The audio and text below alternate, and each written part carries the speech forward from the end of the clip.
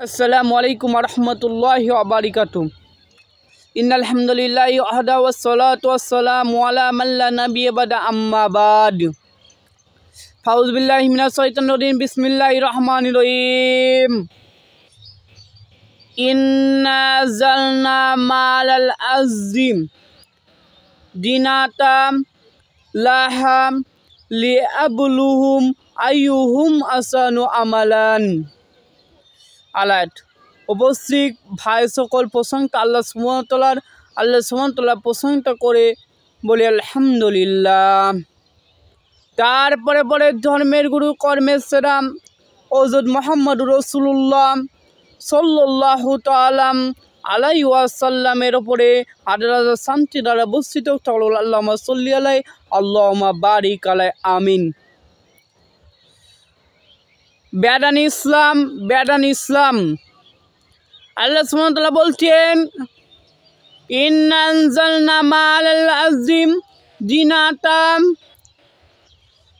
লাহা লিয়াবলু আইয়ুহুম আহসানু আমালান।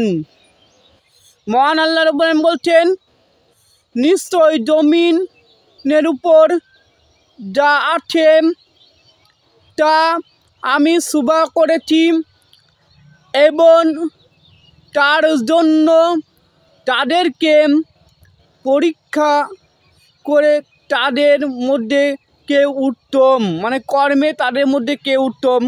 আশা করি বুঝতে পেরেছেন। সম্মানিত উপস্থিতি, সুবা মানে কি? সম্মানিত উপস্থিতি, সুবাটা হচ্ছে ভূপৃষ্ঠের থেকে জীব ও জন্তুরু ও দুরা জোর এবং খনিজ পদার্থ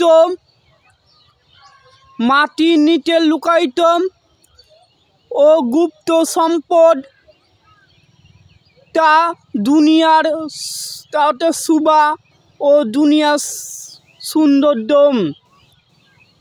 এবং তাতে তাকস্তম। আশা করি আপনারা বুঝতে পেরেছেন। আমি আমার বক্তব্য এখান থেকে সম্পর্ক করলাম। আল্লাহ সুবহানাহু ওয়া তাআলা আরেকটা আয়াতের মধ্যে বলছেন যে, ওয়ামা খালাকতুল জিন্না ওয়াল ইনসানা ইল্লা লিয়াবুদুন। আমি মানুষ এবং জিনকে সৃষ্টি করেছি শুধুমাত্র আমার ইবাদত করার, মানে কি আল্লাহ রাব্বুল আমিনের ইবাদত করার জন্য আল্লাহ সুবহানাহু ওয়া তাআলা আমাদেরকে সৃষ্টি করেছে। আল্লাহ সুবহানাহু ওয়া তাআলা কী কারণে সৃষ্টি করেছেন? যে আমাদেরকে ইবাদত করার জন্য। সম্মানিত উপস্থিতি, আমরা আল্লাহ সুবহানাহু ওয়া তাআলার ইবাদত করব। আশা করি আপনারা বুঝতে পেরেছেন। আমি আমার বক্তব্য এখান থেকে সমাপ্ত করলাম। আসসালামু আলাইকুম ওয়া রাহমাতুল্লাহি ওয়া বারাকাতুহু।